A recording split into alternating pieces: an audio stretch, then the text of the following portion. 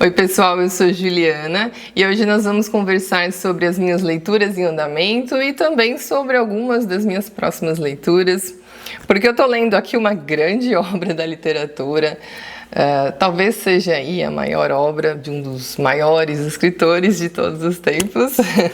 Vocês sabem, vocês imaginam do que eu esteja falando, né? Eu tô lendo, acho que o pessoal já sabe, tô lendo aqui Os Irmãos Karamazov, de Dostoiévski.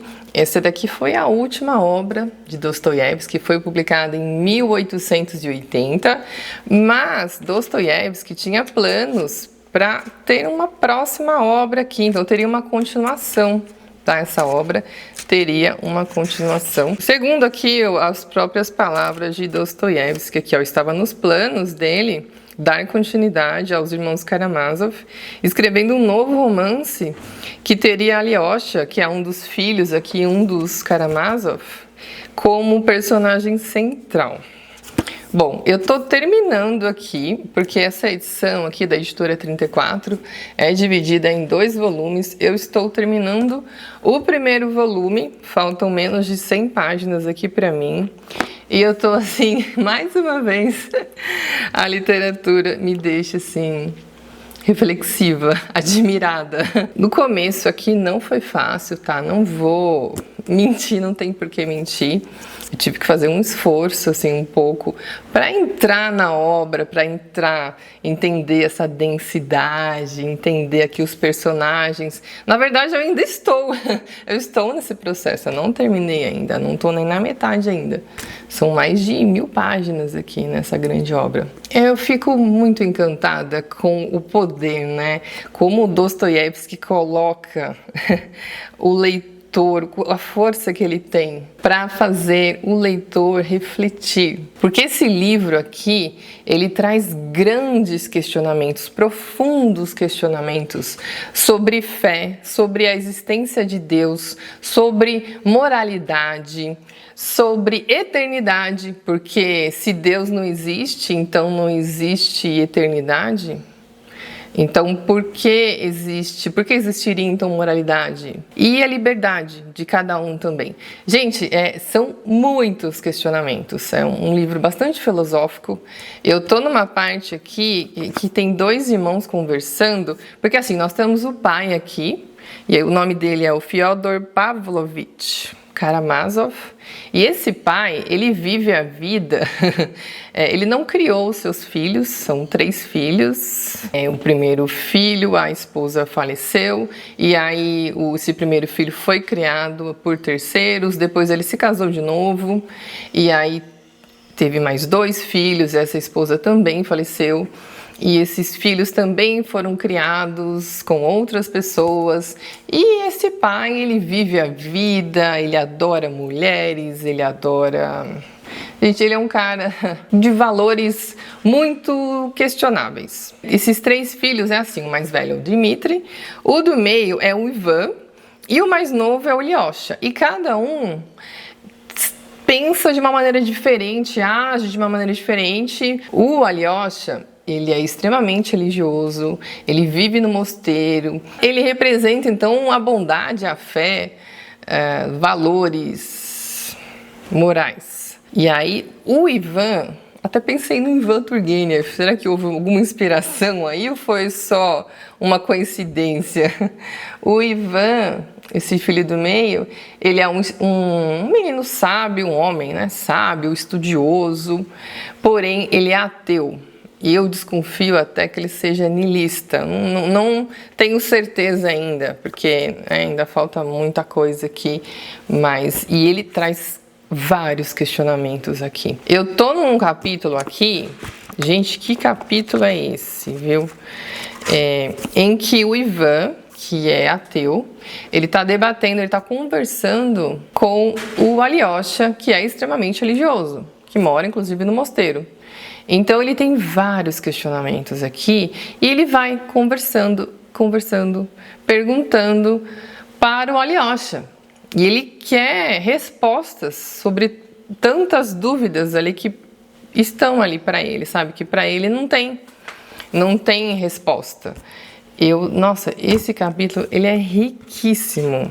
Eu não terminei ainda essa parte. São mais de 40 páginas aqui. Eu não terminei ainda essa parte que os dois estão conversando. É uma leitura densa, sim, mas que leitura enriquecedora. E além dessas visões totalmente diferentes sobre a vida, sobre a existência, sobre Deus, sobre moralidade, questões filosóficas, além de todos esses debates, e tem umas visões um pouco estranhas aqui também, para se contrapor. Essa família, esse encontro, quando esses 3 irmãos se encontram com esse pai, porque eles não cresceram junto com esse pai, mas aí quando acontece esse encontro, parece, sei lá, sabe, lembra daqueles casos de família, né, que passava, sabe, que um ofendendo o outro, um falando as coisas pro outro, gente, é um rolo, né?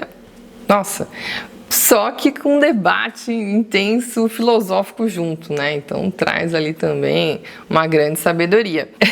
Dá dó de parar, sabe? Assim, eu tô num ponto assim desse livro que eu não quero parar, mas ao mesmo tempo eu quero parar também porque ele é denso e eu preciso refletir sobre o que está sendo dito aqui. E esses questionamentos do Ivan aqui, gente, realmente assim, trazem muita reflexão, sabe? E eu quero saber o que a Alyosha vai responder aqui também, como que essa conversa vai terminar. Tem planos aqui também que eu quero saber como que vai se seguir esses planos. Inclusive tem um crime também que vai acontecer. Eu não cheguei nessa parte ainda do crime, não sei se na primeira parte que acontece ou se é na segunda parte. Mas eu estou impressionada. Mais uma vez, a literatura me deixando aqui impressionada, encontrando novas reflexões, encontrando mais questões que refletem na nossa própria vida, né, na nossa mente. E, nossa, falando de livre-arbítrio, tenho dificuldade de falar essa palavra. Falando sobre livre-arbítrio. Falando sobre, nossa, tanta coisa que tem nesse mundão e que a gente não entende, a gente tenta entender, mas a nossa consciência não alcança. E é debatido aqui também sobre isso, né? Por que a nossa consciência não alcança essas questões? Por que algumas coisas acontecem, algumas coisas tão ruins acontecem? Inclusive com pessoas inocentes, pessoas que não têm culpa. Esses questionamentos do Ivan Karamazov, são muito fortes. Então, eu estou encantada aqui com esse livro, né? Mas não tinha como, né? Não tinha como esperar menos, mas Dostoiévski. Mas sim, mesmo assim, me surpreende e eu continuo, então. Vou terminando aqui, então, o primeiro volume, para ir para o segundo, mas totalmente encantada. Não estou encantada. Perplexa? Não estou perplexa. Eu não consigo achar uma palavra aqui, sabe? Eu só quero continuar mesmo, continuar lendo isso daqui. É bom. Bom? Cara, é muito bom. E como uma maneira de descansar um pouco a mente também, eu escolhi para ler Big Loura e Outras Histórias de Nova York, da Dorothy Parker. Eu já estou na metade, inclusive hoje eu terminei de ler o conto Big Loura. E isso aqui, gente, esses contos, essa coletânea de contos, a maioria desses contos foram escritos nos anos de 1920, alguns 1930. Bom, e até agora, todos os contos que eu li, todos têm aquela atmosfera dos anos, os loucos anos 20, os anos da era do jazz. Sabe aquela atmosfera do Grande Gatsby? Eu gosto muito. Então, ele tem essa pegada. É muita festa, jazz, muita bebida, o consumismo, relações vazias. É tudo muito superficial. Então, são contos engraçados, porém amargos. Eles têm um finalzinho assim amargo, sabe? São divertidos, mas tem ali também aquela coisa amarga. E esses contos, então, eles falam muito sobre essa superficialidade, sobre festas, bebidas, e olha, se eu puder passar por cima de alguém para o meu próprio divertimento, eu vou fazer isso, porque o que importa aqui são as festas, as bebidas, o dinheiro, tudo passa muito rápido. Então são valores ali, né, um pouco deturpados. Então eu tô gostando muito, tá me servindo inclusive como descanso para a leitura densa, né, que é Os Irmãos Karamazov. Tô gostando muito, uma leitura rápida. Eu nem sou tão leitora assim de contos, mas eu tô gostando muito. Se encaixou perfeitamente aqui pro meu momento, combinando com leituras mais densas. É uma leitura rápida, são contos rápidos, divertidos. E essa atmosfera, né, do Grande Gatsby, essa atmosfera dos loucos anos 20, eu gosto bastante disso.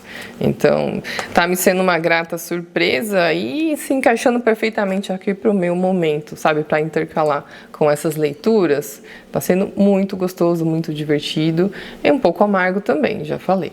E quando você pega 2 calhamaços para ler ao mesmo tempo, isso leva um tempo muito maior, né? Para você ler esses livros. Então, eu também estou lendo, já falei também em outro vídeo aí, que eu tô lendo Don Quixote, de Miguel de Cervantes. Eu não terminei o primeiro volume ainda. Esse aqui, eu confesso, é uma leitura mais leve do que eu imaginava. É divertida? É divertida. Se bem que em alguns momentos assim eu me sinto mal de dar risada aqui, sabe, sobre a situação, porque é uma situação um pouco triste, um pouco que também se pensa muito sobre o ser humano, né? Sobre a fragilidade da mente do ser humano e o que se acredita, né? O que se quer ver, o que se verdadeiramente vê.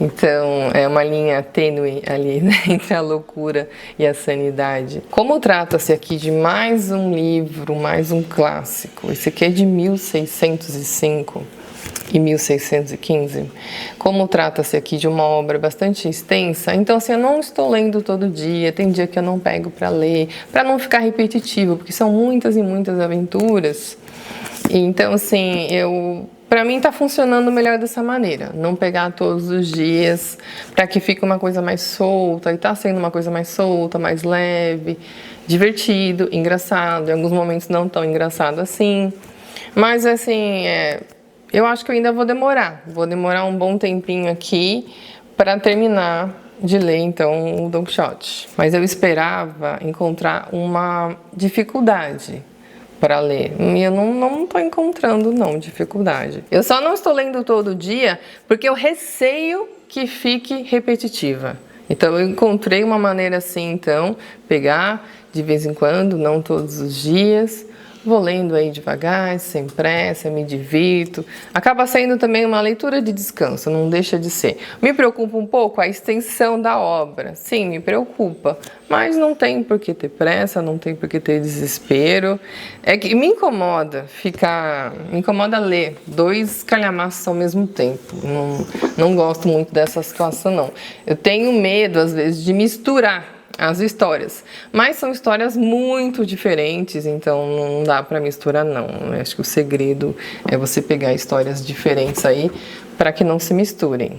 Então, ó, essas são as minhas 3 leituras em andamento. E que leituras! É aquela sensação de eu queria ter mais tempo para ler, para me dedicar mais às leituras aqui, viu? Que obras! E então, como próximas leituras agora, eu estou muito em dúvida, sabe? Eu pensei em separei aqui um livro sobre crítica literária, porque recentemente eu li A Literatura em Perigo, de Todorov. Gostei bastante, conversou muito, fez muito sentido comigo. Então, estou querendo arriscar mais um livro sobre crítica literária. Eu separei aqui Como Ler Literatura, do Terry Eagleton. E aqui, este livro, ele serve tanto para principiantes, para as pessoas que estão começando aí os estudos literários, como também para quem já está mais acostumado, então, pelo menos é o que está dizendo aqui. Trata-se aqui de uma crítica literária, porém de uma maneira mais leve, tratar aqui o texto de uma maneira mais prazerosa, que faça sentido. Inclusive, como abordar as obras literárias de uma forma mais aprofundada, que traga uma melhor compreensão e de forma mais prazerosa, porque eu acho que o mais importante aí é o prazer em ler, né? Você ter vontade de ler, fazer sentido, trazer isso para sua vida e não ler apenas de maneira analítica. No prefácio diz aqui que a intenção é oferecer a leitores e estudantes alguns instrumentos básicos do ofício crítico. Tem um pouquinho mais de 200 páginas. E eu tô pensando aqui o que seria bom para minha próxima leitura, porque eu tô com um pouco de receio, sabe? Quando você vai dar aquele próximo passo e pode ser perigoso. Então, eu tô com medo de escolher uma próxima leitura densa, então eu queria algo mais leve, mas ao mesmo tempo também eu quero algo que tenha significado, que faça sentido. Pensei muito em pegar mais um do Ivan Turgenev, mas como eu já estou lendo um russo, aí corre um perigo, um forte perigo aí de misturar as histórias, então não. Mas terminando Os Irmãos Karamazov, aí talvez eu dê mais atenção. Eu não sei, gente. O que faria sentido aqui depois de eu terminar Os Irmãos Karamazov? Uma leitura mais de descanso? Eu não sei, eu vou deixar em aberto, gente. Vou continuar então aqui com Os Irmãos Karamazov, Don Quixote e Big Loura. Talvez mais um livro de contos. Funcionou bem aqui um livro de contos. Bom, vamos ver. E para quem me pergunta também sobre a biografia do Joseph Frank, de Dostoiévski, eu pausei essa biografia, tá? Para poder ler Os Irmãos Karamazov, que é o último romance. Então eu pausei, depois eu volto aqui, vou ler as obras então em ordem cronológica para poder retomar essa grande biografia. Tem aqui no final, deixa eu ver aqui, tem aqui 3 capítulos só sobre os Irmãos Karamazov. Talvez eu leia como crítica literária para me auxiliar, inclusive na contextualização, no entendimento da obra. Acho que vou pegar sim. Mas aí depois eu volto, então, junto com as obras, né? Então eu pausei aqui a biografia para poder ler em ordem cronológica, então, a obra completa de Dostoiévski. Essas, então, são as minhas leituras. E eu queria muito conversar mais sobre Os Irmãos Karamazov. É um livro que, nossa, ele expande para diversos questionamentos, é um grande livro e tem muito mais ainda, né? Eu não cheguei na metade ainda. Que interessante, gente, que obra. E eu alterei o horário, não sei se vocês perceberam, para quem pegar o vídeo aí na primeira hora, eu mudei então o vídeo, vou fazer um teste, colocar os vídeos para as 9 horas da manhã. Vocês me digam aí o que vocês acham, se vocês preferem, então, o vídeo mais cedo ou o vídeo mais tarde. Me deem um feedback aí, porque isso é importante para eu dar continuidade aqui, para eu entender o que faz sentido, o que não faz e o que é mais interessante para vocês. Um vídeo mais cedo, um vídeo mais tarde. Eu dei essa mudada, então. Saí das 11, não vou colocar o vídeo às 11, deixar o vídeo às 9 horas, aos domingos, e vamos ver como é que vai ser. Né? Gostaria de saber de vocês aí, então, o que vocês acham. Gente, muito obrigada pela companhia de vocês. Um beijo grande e até o próximo vídeo. Tchau, tchau.